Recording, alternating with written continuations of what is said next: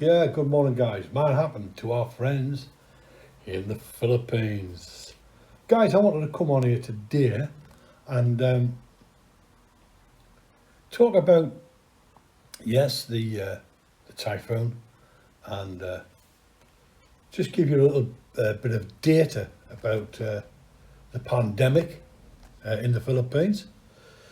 But firstly, I just wanted to say that I hope everyone is safe in the Philippines, and you are in our prayers. And I just hope that all those good people on all those islands around the Philippines are safe and well. And I'm sure that everything, as it normally does with the strong Filipino, as we know them, it all turns out well. But guys, what I wanted to bring you is some government data that has just been released in the last few days, and it kind of ties in with the topic of the typhoon, which we're going to touch on as well. But let me just start by saying that since the pandemic started, since the COVID pandemic, 26 million Filipinos, 26 million Filipinos have been pushed into poverty due to the pandemic. Now, of the 26 million, 11 million people have been forced into what they call a subsistence budget. The average family of five is supposed to survive on 12,000 pesos per month. However, 11 million people in the Philippines are now on a subsistence budget of 9,000 pesos a month for a family of five. Now, with the onslaught of the typhoon, Ria, or ODETTE, whatever you want to call it, and then because of that, those families have been pushed further into poverty. And the vast majority of that population are children. So, taking that into account, Bosshog, Maricel, Gina, they all have YouTube channels. They all have incomes from YouTube. Doesn't matter how high or how low that income is that they have from YouTube, they are still better off than the vast majority of the population. And that population is even worse off due to the typhoon. Bosshog has been given money to build houses for Tatai and Gina. He's also been given money to pay his workers, been sent weed whackers, pumps, and a lot more what we call behind the scenes backdoor money.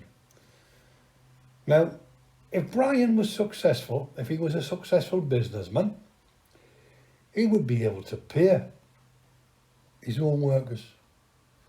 He would be able to buy his own tools. And he would be able to build houses for his family members with his own money.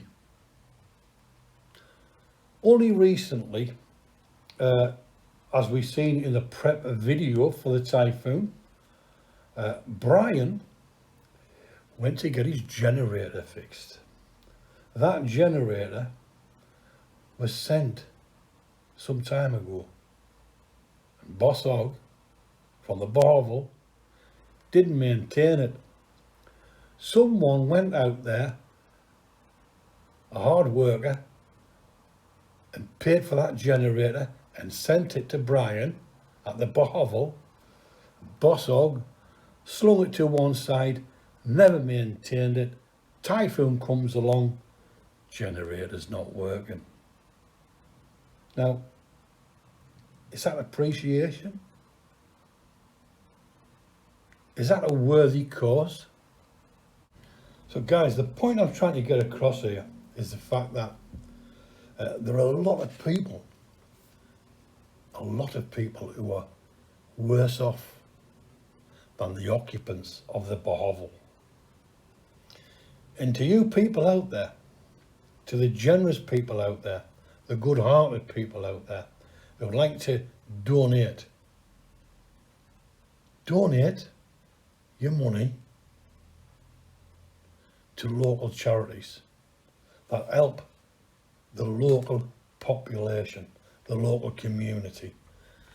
Like say the Philippines Red Cross. Guys, there are 26 million people who have been driven into poverty, and the vast majority of them had jobs but lost their jobs because of COVID, and now are even worse off because of the typhoon. Those people are not YouTubers. Those people are not e-beggars. Those people deserve any charity or any help that's coming their way. Do not send to the parasites at the Bohovel. Bosshog, on a recent live stream, the typhoon was hours away and he sat there. He didn't know how strong that typhoon was going to be, but he was there, he was e-begging on his live stream. His eyes was rolling up to the heavens. I need money, I haven't got money for gas, he was e-begging instead of securing his house, instead of making sure his family was secure, his child was secure, or even phoning Marley, contacting Marley to make sure his son Blake was secure. No, he was e-begging. His roof is wide open, so that is more than likely gone. But he's had months, if not years, to seal it and secure it. Where has he squandered all this money? If you're going to donate to a charity, Philippines Red Cross, or a local charity that helps the local community, do not send it to the Bohovel. And to all those people in the Philippines, be safe, and God willing, everything will turn out well in the end. Guys, until the next time, just give a little thought to the children, to the impoverished people of the Philippines, and put aside the e-beggars and the bums that exist in the Philippines. Please like, comment, share and subscribe. Bye for now.